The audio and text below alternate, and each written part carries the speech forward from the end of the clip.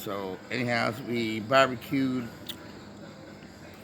this little guy here, this grasshopper.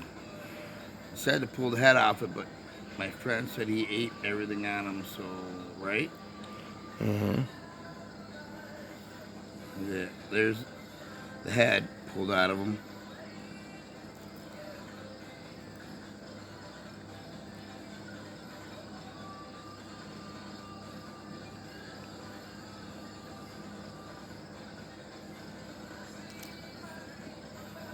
Pretty Pretty good. crunchy. Yeah. I think a feather or whatever wings fell out. Nothing gross about that. Pretty You can good. get yourself over the fact that you're eating a grasshopper. There she is.